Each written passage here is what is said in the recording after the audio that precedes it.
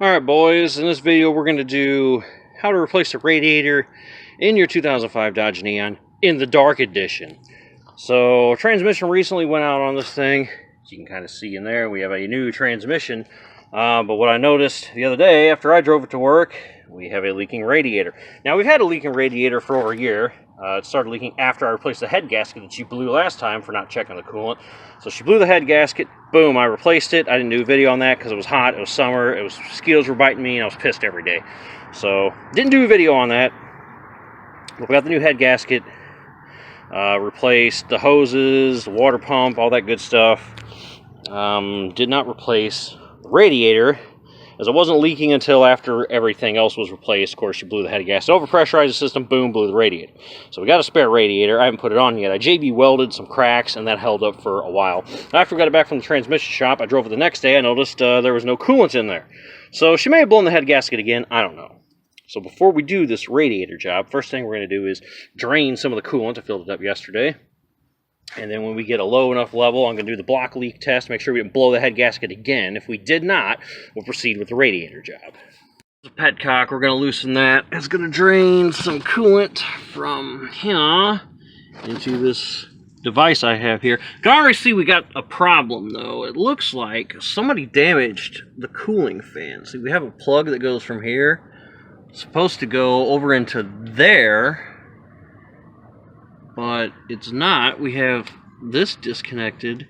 So this fan was damaged. Maybe they had to pull it when they did the transmission. I don't know. But in any case, we're going to have to pull this out and see if we can sort that out and repair it. Not, this needs a new electric fan assembly because it's damaged. I'm guessing they had to pull the radiator out. They must have damaged it more because that JB weld held up for like over a year. I'm guessing they damaged it. So there you go. That's why you don't take your transmission to or your car to other places to have it done. But you need to get all this crap out of the way. But first we'll do the draining part. So there's your petcock. White thing. Loosen it. Boom. Capture your coolant. And then once I drain a little bit of it out, I can do the block leak test. Okay, so now we drained enough of the coolant out that we got, don't have to worry about sucking that in when we do the block leak test. So we got a little bit in there. Got my handy dandy funnel. I drilled a hole in this lid, and now we're just filling that up with coolant because we do plan on recovering this coolant. So we will block leak test during the rest of the coolant if we're not doing a head gasket on this thing again. Okay, and here's how you do your block leak test. You take your test fluid. You fill it up to this line. You're going to take this little apparatus here and do a little sucky motion while this is fit tight around your radiator cap. So we're going to do a sucking motion up here. Let's see if I can reposition you guys a little better. There we go, how's that? So we use the apparatus, sucky, and if this fluid changes color, we have a blown head gasket, and we're not going to bother doing the radiator. Well, you know what, maybe I'll do it again, but then I'll do the head gasket in, and I'll keep this car, because she obviously doesn't take care of it. But we'll burn that bridge when we get there. So we're going to do quick test. 2 minutes is all this takes. Just fill it to the level, squeezy. If it changes colors, we have a blown head gasket. If not, all we have to do is the radiator, and then hopefully this thing will last until somebody crashes into it and totals it out. Alright, so now the engine's running. Put that in there. And let's see what we can see.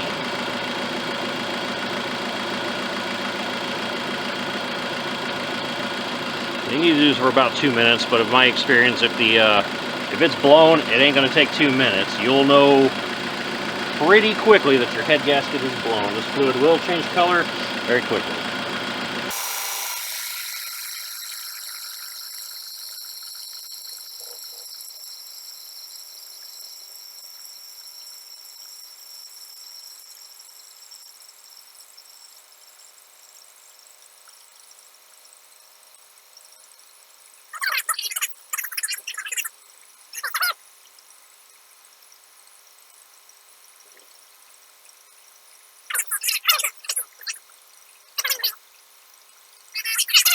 I'll make this its own video, I guess, the block leak test. How to check to see if your head gasket's blown. That'll be its own video.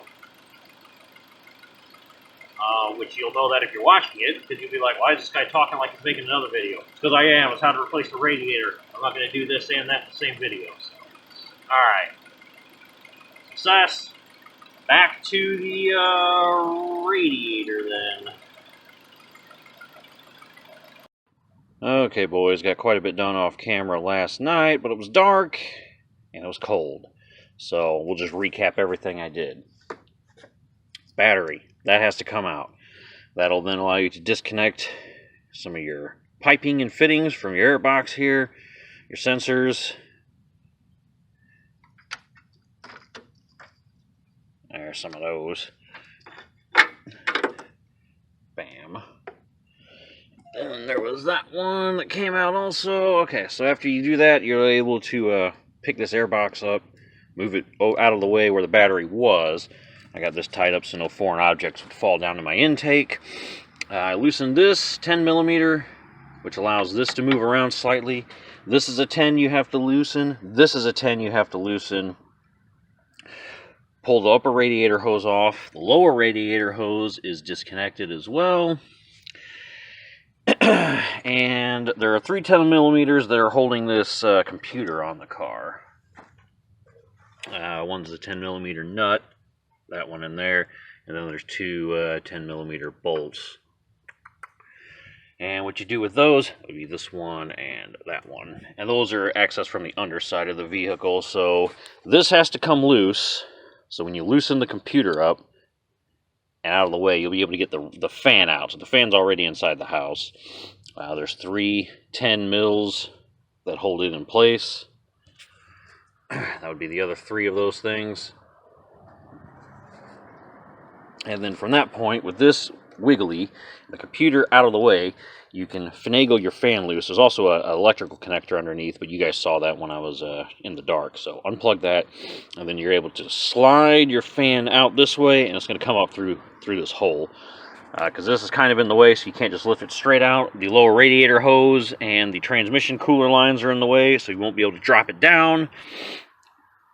And with this bracket and everything loose, and then there's other 2 little there's 2 other little deals I had to loosen in order to get the radiator loose from the bracket here that holds it to the AC condenser here. So, with that out of the way, fan out, I'm going to have to disconnect the transmission cooler lines from those hose clamps. Now, the new radiator does have fittings that come out, but they just come out and they stop kind of right there. So the problem we're going to have is this hose isn't going to be long enough, so I am going to have to undo those hose clamps, plug them up so I don't lose all my transmission fluid, and then take this radiator inside. At this point, it'll be free. It's the only thing holding my radiator in at this point, and keeping it where it is. And then I'll take it inside and I'll transplant these fittings from this radiator onto the new radiator, and then orient them the same way. That way these hoses can go right back on. So we'll do that, and then I'll see you inside. Okay, so if you peek down in there, I have disconnected the transmission lines, cooling lines, and I got them plugged up with some expanding earplugs. And I lied, that isn't the only thing holding it in. There's actually 2 little bolts that hold the condenser to the radiator. Now, I had to take the car bra off to get to these, but if you don't have a car bra on, then you can just grab this guy, go in here, and get them loose. So we'll get those out, and then now we'll get the radiator out. Okay, so here's the new radiator. So there's these fittings. Now what goes on to them is these straight little deals, which isn't going to work because we need the curvy deals. So using our flare wrenches, take those off, and we'll secure them onto those new ones. Take our little rubber feet on the bottom, put them on the bottom, and then we got the ones on the top that we'll put on the top before we reinstall this. Okay, boys, so that was a fail. It's now the next day. So what happens is, when you do take these out, it's 22 millimeter nut, by the way. This thing comes out with that thing, and therefore cannot fit in this thing, because when you take this nut off, that doesn't come out. The washer comes off, that thing doesn't come out. So we cannot do the transplant. So what we had to do is buy more transmission hose. And so what we're going to do is extend these hoses by this much, and then use these fittings, which are these little short dudes. So that's what we're going to do. So we'll get that done and then get the damn radiator back in. Since it already comes with all of the little screw deals, you don't have to transplant those over. Every piece fastener that attaches to the radiator is there. I already got the little rubber feet on for the bottom. So we're almost ready to rock. Okay, so on the new nut here, that big one was a 22 also, just like, you know, that guy. But this little dude, he's a 19. I cut 12 inches of this transmission hose. It's a little upside down, but if you can kind of read it. 9.5 millimeter TLC. SAE, whatever that says, J1532. Made in Thailand. 10 bar. Alright, so 12 inches on this. This is the short side. It's like closest to the transmission. It's like furthest from the transmission. I cut 19 inches.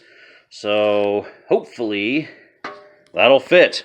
Alright, boys. So we got the radiator in. I've got the brackets in. Both sides. So the radiator's now mounted to the condenser. Here's our new radiator. Got the transmission cooler lines in place. I actually cut another 2 inches off of this. I shortened it a little because it was kind of long. I didn't see any need for it to be that long. So, boom. One on the right goes to the one on the right. On the left goes to the one on the left. We got the lower hose clamped down. So now we just need to get our little screws in here. And then we'll put that pain in the ass fan back in because that's going to be the fun part. So we'll be back with that. And if you're wondering, I believe it's a 1/4 inch is what will tighten these little bitty hose clamp thingies. And then a big hose clamp, if you have one like that, that's a 8 millimeter to clamp and unclamp your big thing, your big radiator hose. And of course 10 millimeter on the little mounting, the condenser and radiator mounting bolts. Okay, so we got the fan back in, but as you can see, we had to take the entire intake off, unbolt and unplug all the electrical things, undo it from the starter, all those connections, undo the fuel injectors, fuel rail, all that crap. That all had to come out because it's just, this thing interferes with the intake too much. It hits the intake, there's just not enough room to get it in there. So now that I've disassembled half the freaking engine, we got the fans back in. So you may have to do that. If you can finagle it, fine. But you may be able to see in there that I damaged the fins pretty good before I managed to get the intake out. So whatever. You can probably get it in, but you're going to damage the fins a lot. Probably worse than me. So now the fun part's going to be putting this thing back together, seeing if it starts and if it leaks or not. And if it does, well, then we get to do this whole job over again. And that's going to be really fun. So hopefully it doesn't. We'll find out. Be back in, you know, however long it takes to put this engine back together. An hour. Okay, boys, so we got it back together, and I think all the vacuum lines are connected, and I think all the electrical connectors are connected, and I think I tightened everything down the way it's supposed to. But in my old age, I do forget things quite easily, especially over the course of 3 days. So, let's fill her up with coolant and start it and see what happens. Alright, boys, so we got everything back together. It's running okay. Got all the air bubbles bled out. We just jacked this side of the car up, filled her up with coolant. I put back the same amount that I took out. So it's running fine. I did have to tighten the fitting on this side a little more to torque down for the transmission cooler line. The one coming off the radiator. Admittedly, when I put them both on, the one side didn't quite torque down as much as the other side, and I was like, I didn't really think anything of it. I'm guessing it was that side. So I torqued it back down a little with a 19 millimeter wrench, which you can do from under the car while that's like this, and that seemed to have taken care of it. So no more leak. It wasn't like a massive leak. It was a little bit of seepage. So check for that. But that's it, guys. So, you know, nobody else, the Haynes manual and the Chilton, nobody mentions taking the intake off in order to get this fan out. I'm going to be the one to tell you guys, as much of a pain in the ass it is to have to unplug all the injectors, unplug all the shit off the starter, unplug everything else, I do think you will have an easier time if you just bite the bullet and do all that. I think that you probably should. If I go back in time, instead of manhandling this thing out of here and dealing with the computer and all that, taking it loose, I probably would have unplugged everything electrically, just disconnected that, which I eventually did. You guys saw I moved the whole airbox out. I took the cables off. And then unplug the fuel injectors. You don't have to take these 13 millimeters off, just the 8 millimeters that hold the actual intake on. Those get torqued back to 95 inch-pounds when you put them back on, by the way. So that's what I did. I bit the bullet and just, boom, took all those off, unplugged everything, and then, because I was already separated from the boot and the airbox, boom, I just took that out. I'm trying to remember, did I clamp that back down? I think I did. That one. I think I did. Didn't I? Yeah, just for good measure, I'll do that right quick. But yeah, that's it. That's how you replace the radiator on your 05 Dodge Neon, probably any other Neon prior to that. But this stupid thing gets in the way, and it just bangs into the intake. You cannot get this out. So I say take the intake out. Just do it. Take the hose and everything out of your way, and then you can move this thing. It'll now move enough because the intake's not here to interfere. You can move it out of the way and then lift the fan out, and that's going to make it 10 times easier, I think. Yeah, it's a pain in the ass, but what are you going to do? All right, thanks for watching, guys. Peace.